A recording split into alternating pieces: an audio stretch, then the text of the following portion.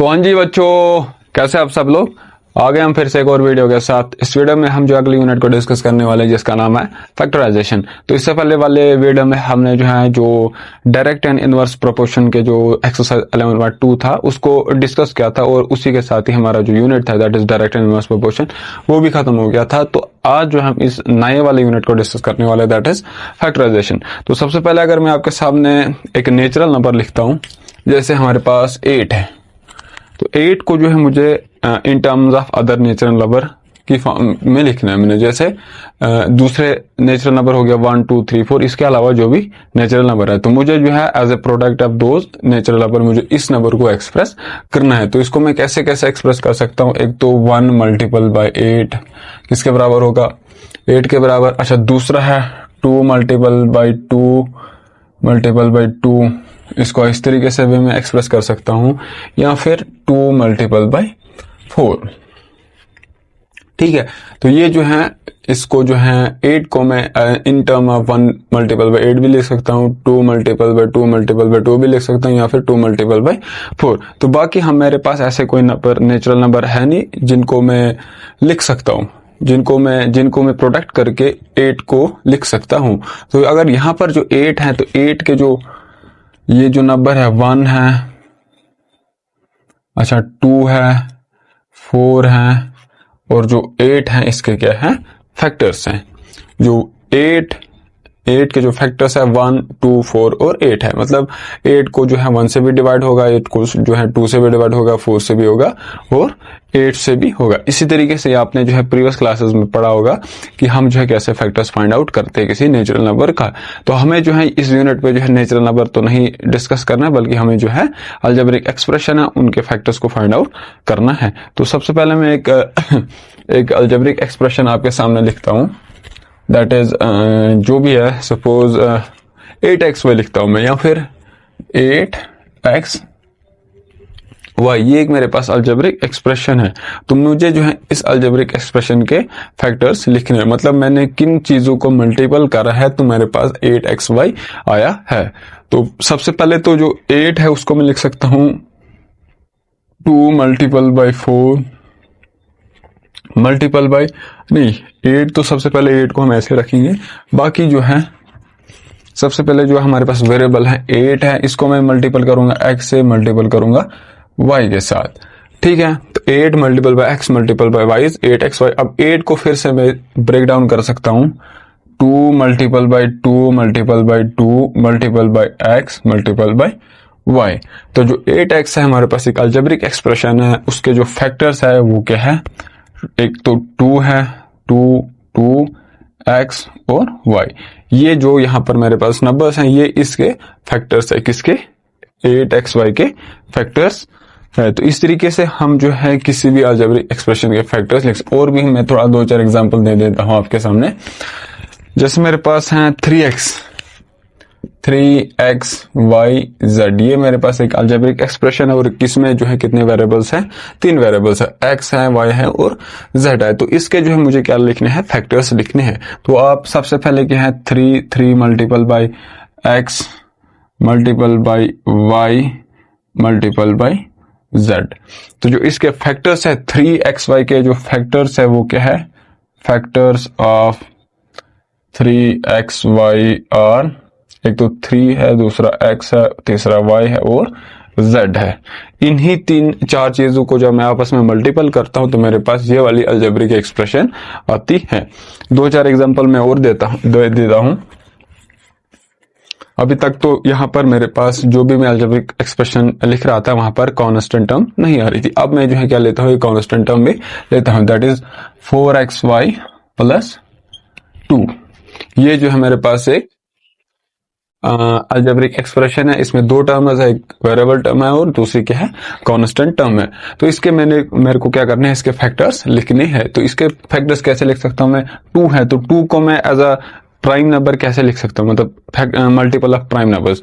तो 4 को मैं लिख सकता हूं 2 मल्टीपल बाय 2। 4 के बदले आएगा 2 मल्टीपल बाय 2, उसके साथ है multiple bye x multiple bye y plus 2। ठीक है, तो इसके जो फैक्टर्स है, इस वाले टर्म के फैक्टर्स है ये, और 2 को तो मैं ऐसे ही लिखूंगा। अब देखिए यहाँ पर इस वाले टर्म में और इस वाले टर्म में हमें देखने की इस जो यहाँ पर हमारे पास टर्म है इसमें फैक्टर्स क्या क्या आ रहे हैं। एक तो 2 आ रहा है, दूसरा 2 आ रहा है, तीसरा x आ रहा है और चौथा y आ रहा है। और इस वाले टर्म में अगर हम देखेंगे तो इसमें कितने फैक्टर्स आ रहे हैं, एक ही फैक्टर्स आ रहा है, 2 फैक्टर आ रहा है। तो अब हमें देखना है कि इस वाले टर्म में और इस वाले टर्म में कौन से फैक्टर्स कॉमन हैं। तो अगर हम यहाँ पर देखेंगे जो कॉमन फैक्टर्स है वो खाली एक है, ये 2 ही है। इधर भी 2 एक बार है, इधर भी 2। यहाँ पर तो 2 2 बार है, लेकिन अगर हम देखेंगे यहाँ पर इस वाले 2 में दूसरी कोई 2 फैक्टर्स नहीं है। तो जो कॉमन फैक्टर है उसको हम दोनों टर्म से कॉमन लेंगे। ठीक है, तो क्या करेंगे हम 2 जो है यहां से कॉमन लेंगे। ये वाला 2, अगर जब मैं इसको 2 को कॉमन लेता हूं तो अंदर बचता है एक, तो ये 2 बचता है, उसके बाद ये वाला सॉरी ये वाला x बचता है मल्टीपल बाई ये वाला y बचता है। इधर हमने 2 कॉमन निकाला तो यहाँ पर खाली 1 बचेगा। तो इसको हम फिर से थोड़ा सा कॉम्पैक्ट फॉर्म में लिख सकते हैं, 2 multiple bye 2 multiple bye x multiple bye y किसके बराबर आएगा, 2xy प्लस 1। तो ये जो हमारे पास अलजेब्रिक एक्सप्रेशन पहले इस तरीके से लिखी थी, इसको हमने सबसे पहले ब्रेक डाउन करा in terms of its factors. Factor इस 4xy के फैक्टर्स ये थे और 2 के फैक्टर ये है। फिर जाके हमने देखा इन 2 टर्म में जो है कॉमन फैक्टर क्या क्या है। तो इन 2 टर्म में जो कॉमन फैक्टर खाली 2 था, दैट इज ये वाला 2। तो इस 2 को मैंने दोनों टर्म से कॉमन निकाला जो यहाँ पर आया। ठीक है, तो यहां पर ही आया, बाकी तो ये तो निकाला, बाकी ये 3 फैक्टर तो इसके साथ है, 2 multiple bye x multiple bye y। यहां से 2 कॉमन निकाला मैंने तो यहां पर खाली 1 बचा। ओके, तो 2 इसको हम 2 multiple bye x multiple bye y किसके बराबर आएगा, 2xy के बराबर प्लस साथ में 1। अब इसको हम फिर से मल्टीपल करेंगे 2xy के साथ तो 4xy आएगा। इस 2 को जब मैं 1 के साथ मल्टीपल करूंगा तो ये वाली 2 चीज आएगी। तो इस तरीके से हमें जो है इनको क्या करना है, हमें अगर एक अलजेब्रिक एक्सप्रेशन दी गई होगी उसमें 2 टर्म्स होंगी, हमें तो पहले एक टर्म के फैक्टर्स निकालने। जैसे मेरे पास क्या था 4xy के फैक्टर्स क्या थे, एक तो 2 था, फिर 2 था, x था और y था।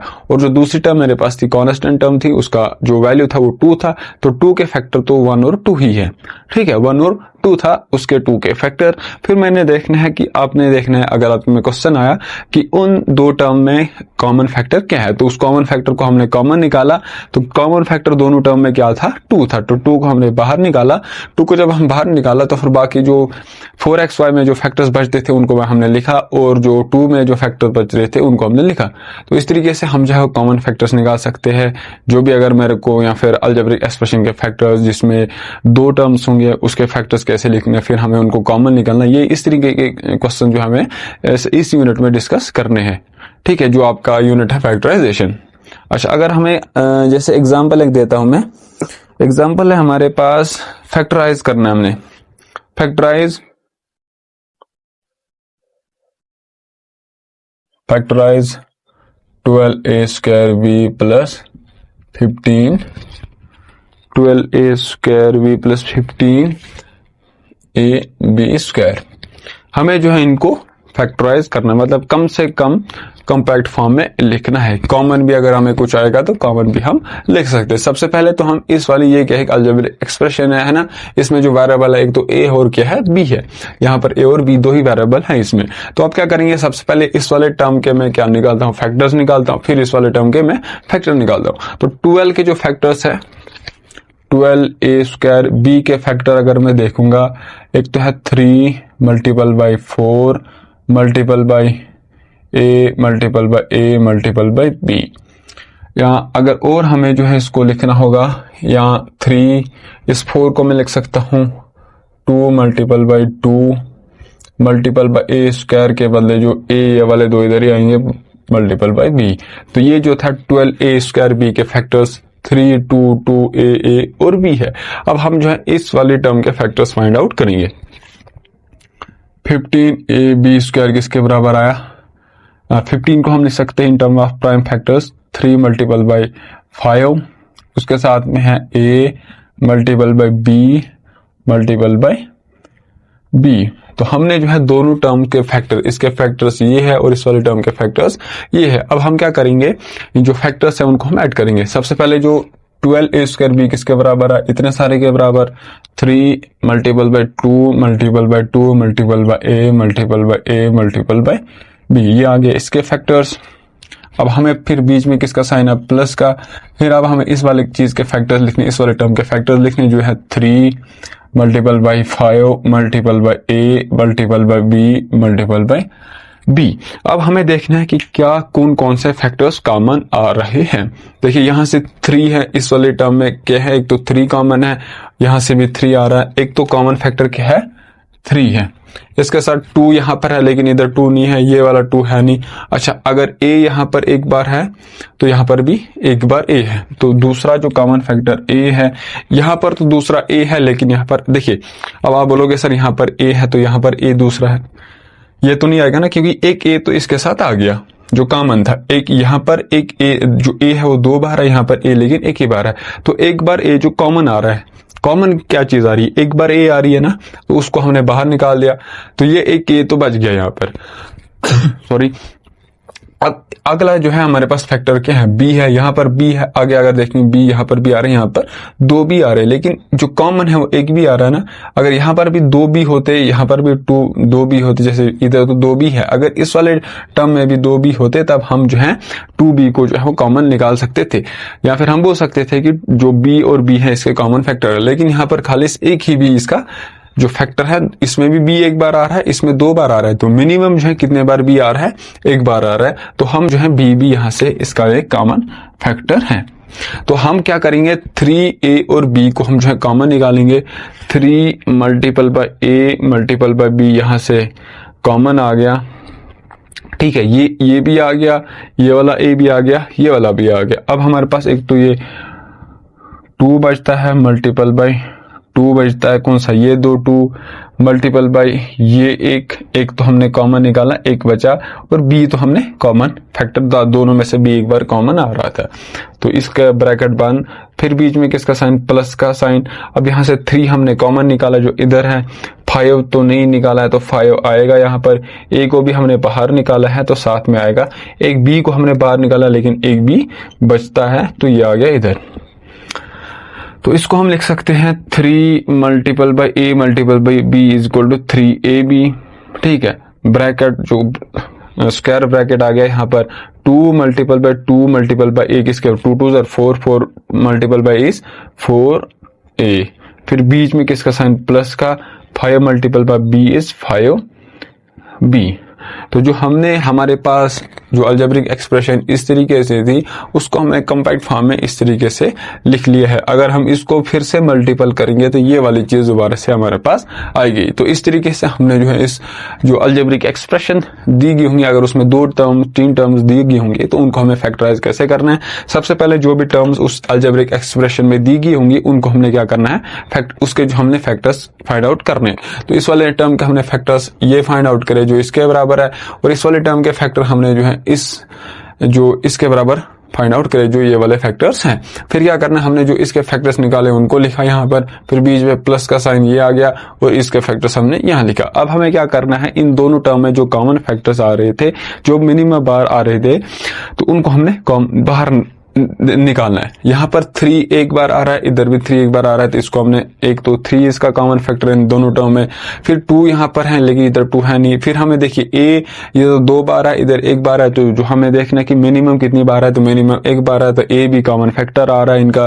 फिर हमने b को देखा, b यहाँ से एक बार आ रहा है, यहाँ से 2 बार आ रहा है, तो b जो है कितने बार, जो मिनिमम कितनी बार आ रहा है, एक बार आ रहा है, तो जो इसका b भी एक फैक्टर है। तो हमने जो 3 फैक्टर कॉमन आ रहे थे इस वाले टर्म से इस वाले टर्म से, उसको यहाँ पर लिख लिया, बाकी जो फैक्टर्स बच रहे थे उनको हमने अंदर लिख लिया। तो फिर अंदर जो भी है मल्टीपल वगैरह करके उनको हमने कॉम्पैक्ट फॉर्म में इस तरीके से लिखा।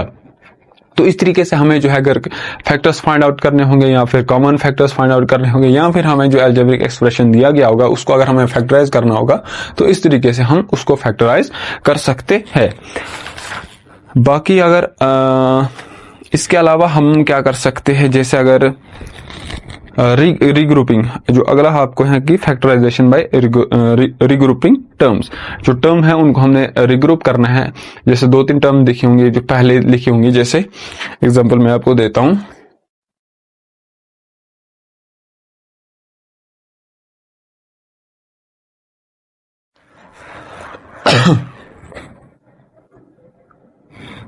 जैसे हमारे पास है 2xy प्लस 2y, ये हमारे पास क्या है, एक अलजेब्रिक एक्सप्रेशन दी गई है और वेरिएबल यहाँ पर 2 है हमारे पास। तो हमें क्या करना है, रिग्रुप करना है इन टर्म्स को।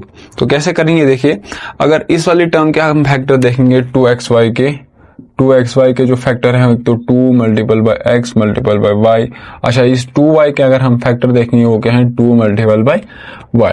तो इस 2xy के फैक्टर हम लिखेंगे 2 multiple bye x multiple bye y, फिर बीच में किसका साइन है, प्लस का, और 2y के जो फैक्टर है 2 मल्टीपल बाय y है। अब हमें क्या करना है, इसको कॉमन निकालना है। कॉमन क्या आ सकता है इसमें, देखिए कॉमन कौन कौन से फैक्टर है, 2xy और 2y में कॉमन क्या फैक्टर है, मतलब एक तो ये जो टर्म था इसके फैक्टर्स ये है 2xy है और इस 2y के फैक्टर ये है। तो अगर हम देखेंगे यहाँ पर ये फैक्टर्स हैं, ये भी फैक्टर, इन दोनों मतलब दोनों टर्म के जो फैक्टर्स है वो उनमें से जो कॉमन फैक्टर्स क्या क्या आ रहा है, एक तो यहाँ पर 2 है, यहाँ पर भी इस टर्म में 2 है, एक तो 2 आएगा कॉमन, और इसके साथ x यहाँ पर है लेकिन x यहाँ पर है नहीं, तो मतलब x कॉमन है नहीं, लेकिन y यहाँ पर है तो या y यहाँ पर भी है तो y भी जो है वो क्या आएगा, कॉमन आएगा। तो कॉमन फैक्टर 2xy और 2y में क्या है, 2 और y। तो 2 मल्टीपल बाय y को हम बाहर कॉमन निकालेंगे, तो यहाँ 2 हमने बाहर निकाला, ये वाला y भी हमने बाहर निकाला, तो अंदर बचा x। तो प्लस यहाँ पर आएगा 2 और y को हमने बाहर निकाला, इधर बचेगा खाली 1।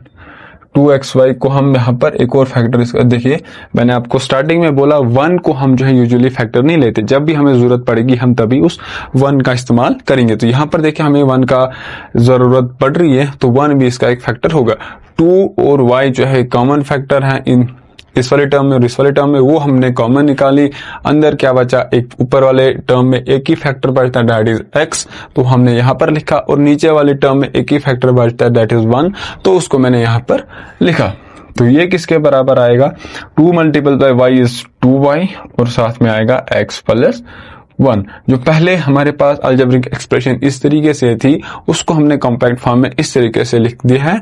तो ये कैसे हमने इसको लिख दिया है, बाय फैक्टराइजेशन। पहले हमने इस टर्म के जो फैक्टर फाइंड आउट किए वो जो ये थे सॉरी, इस वाले टर्म के फैक्टर्स ये थे, इस वाले टर्म के फैक्टर्स ये थे, फिर हमने देखा जो भी उन दो टर्म्स में कॉमन फैक्टर है उनको हमने कॉमन निकाला, कॉमन फैक्टर 2y आ रहा था वो हमने निकाल दिया।